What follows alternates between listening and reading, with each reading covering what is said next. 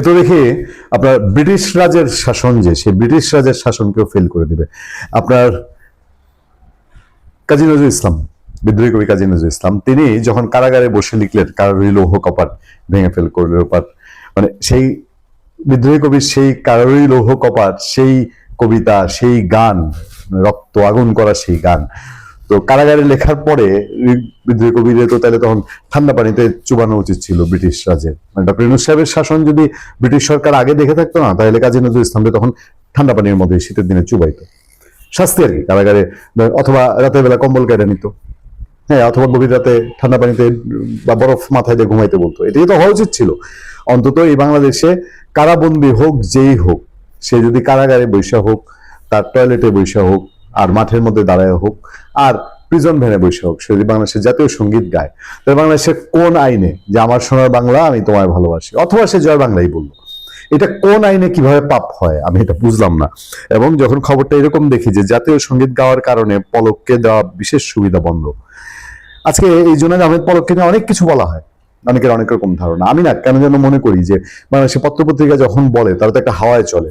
আমার কাছে কিছু পেপার কাটিং আছে, পেপার কাটিং গুলো আমি আজকে আপনাদেরকে দেখাই, চলেন।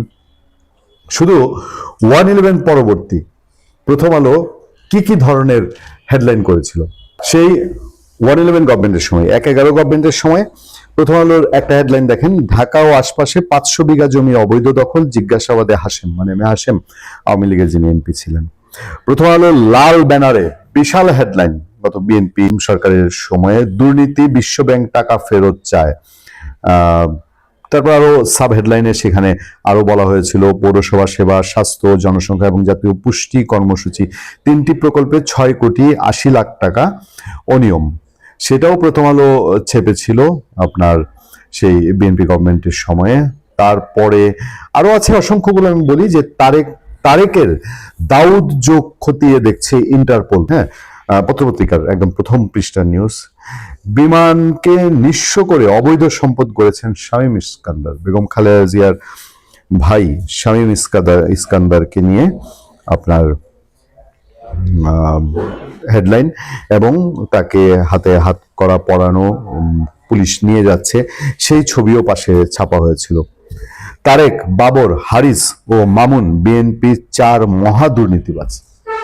আপনাদের বিশ্বাস হয় এখন নতুন প্রজন্ম যারা দেখছেন আজকের পত্রপত্রিকা, মানে এগুলো কিন্তু তখন হয়েছে। হ্যাঁ, প্রথম আলোর বিশাল হেডলাইন, আজকে যিনি কারামুক্ত হয়ে তার এলাকায় নির্বাচন করছেন সেই লুৎফুজ্জামান বাবরকে নিয়ে এবং বেগম খালেদা জিয়াকে নিয়ে, লাল ব্যানারে তখনকার হেডলাইন। খালেদার সম্মতিতে বসুন্ধরার কাছে 100 কোটি টাকা চেয়েছিলেন তারেক।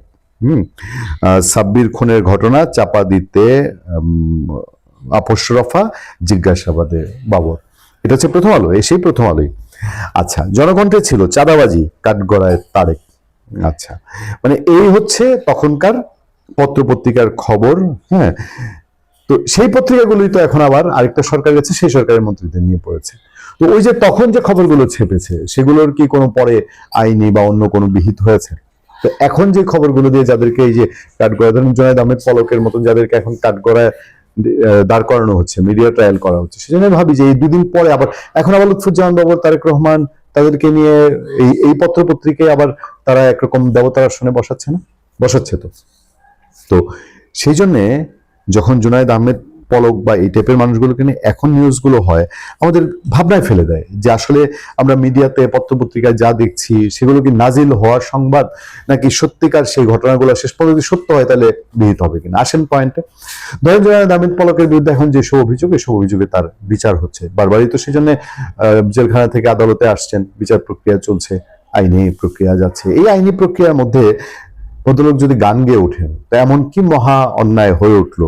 আন্তর্জাতিক অপরাধ ট্রাইব্যুনালে মামলার হাজির শেষে প্রিজন ভ্যানে করে কারাগারে যাওয়ার সময়, প্রিজন ভ্যানে কারাগারে যাচ্ছেন, তখন তিনি জয় বাংলা স্লোগান দেওয়া এবং জাতীয় সঙ্গীত গাওয়ার কারণে সাবেক তথ্য ও যোগাযোগ প্রযুক্তি প্রতিমন্ত্রী জুনায়েদ আহমেদ পলককে বিশেষ কিছু সুবিধা দেওয়া বন্ধ করে দেওয়া হয়েছে বলে অভিযোগ করেছেন তার আইনজীবী।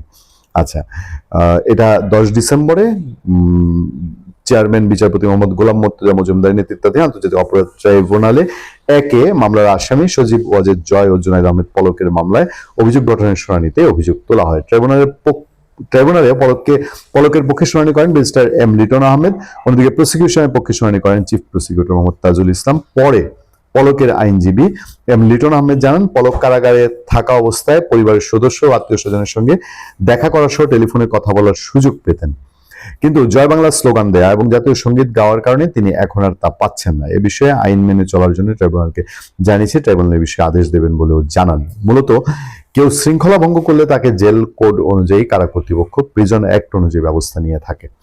আচ্ছা, প্রিজন অ্যাক্টের ধারাটা এখানে বলা আছে। প্রিজন অ্যাক্টের ধারা 1-এ বন্দীরা কারা কর্তৃপক্ষের অনুমোদন তৎকর্তৃক নির্দিষ্টকৃত, আমি প্রয়োজনেই পড়ছি ঘটনাগুলা, তারিখ ও সময়ে নিম্নবর্ণিত ব্যক্তিবর্গের সহিত সাক্ষাৎ করিতে পারিবেন আইনজীবী, পরিবার, আত্মীয় স্বজন। বিদেশি বন্দীর ক্ষেত্রে সরকার অনুমোদন সাপেক্ষে সংশ্লিষ্ট দূতাবাস এবং হাই কমিশনের মনোনীত প্রতিনিধি তিনি যে কর্মক্ষেত্র বা ব্যবসা প্রতিষ্ঠানে কর্মরত বা সংশ্লিষ্ট ছিলেন প্রয়োজন উক্ত কর্মক্ষেত্র বা ব্যবসা প্রতিষ্ঠানের কর্মচারী ও সহকর্ম ইত্যাদি। তারপরে আরো বিভিন্ন ধারায় বলা আছে, কিন্তু এটা কোন আইনে জাতীয় সঙ্গীত গাইলে পরে বন্দী কারাগারে শৃঙ্খলা নিরাপত্তার পরিপন্থী নয় এবং সরকারের ভাবমূর্তি নষ্ট না হয় ইত্যাদি বিষয় বিবেচনা সাপেক্ষে কারা কর্তৃপক্ষ অনুমতিক্রমে বিধিত দ্বারায় নির্ধারিত পদ্ধতিতে ব্যক্তিবর্গের সঙ্গে যোগাযোগ করতে পারবে। এগুলো হচ্ছে যোগাযোগের উপায়। জেলখানায় এইবার কবিতা নিয়ে গুরুত্বপূর্ণ তথ্য দিল আতিক রহমান পূর্ণিয়া, যা অপরাধের গুরুত্বের উপর নির্ভর করে। এর মধ্যে রয়েছে সাধারণ সুযোগ সুবিধা হ্রাস, যেমন ডিভিশন বাতিল, হ্রাস, একাকী কারাবাস, অতিরিক্ত কাজ করানো বা খাদ্য পোশাকের মানে পরিবর্তন। মূল লক্ষ্য হলো বন্দীদের নিয়মানুবর্তিতা সেখানেও কারাগারের নিরাপত্তা বজায়। দেখার বিষয় জুনায়েদ আহমেদ পলক বাংলাদেশে, তার নাম তো মানুষ চেনে জানে, তো তিনি জাতীয় সঙ্গীত গেয়েছেন, তিনি আপনার ধরে নিলাম জয় বাংলা স্লোগান দিয়েছেন। এবং এই সরকারের কাছে এইগুলো কি কারাবিধি, বা এই সরকারের যে কারাগার তাদের কাছে কি এইগুলো কারাবিধি লঙ্ঘন? যদি এগুলো কারাবিধি লঙ্ঘন হয়ে থাকে আইন অনুযায়ী, তাহলে তার কিছু বলার নেই। আর যদি জয় বাংলা স্লোগান দেয়া বা জাতীয় সঙ্গীত গাওয়া বিজয়ের মাসে কারাবিধি লঙ্ঘন না হয়ে থাকে, তাহলে এই যে সুযোগ সুবিধাগুলো তুলে নেওয়া, এগুলোর অর্থ কি? এগুলোর অর্থ কি জোনায়েককে দিয়ে যে ঝিকে মেরে বউকে শেখানো যায়, বাকিদেরকে বলা যে তোমরা কারাগারে যাওয়া আসার পথে বা যেখানে বৈশাখিকা টয়লেটে বাথরুমে অথবা কারাগার বন্দি মানুষ ছাড়াও কেউ বা এই জয় বাংলা স্লোগান গাও না, অহেতু ক্ষুধাই তোমার মনে আবেগ উঠলেও তুমি জাতীয় সঙ্গীত গাও না, সেই মেসেজ দেয়া। ভালো থাকবেন, সুস্থ থাকবেন। আপনার সাথে আমি আতিক রহমান পূর্ণিয়া।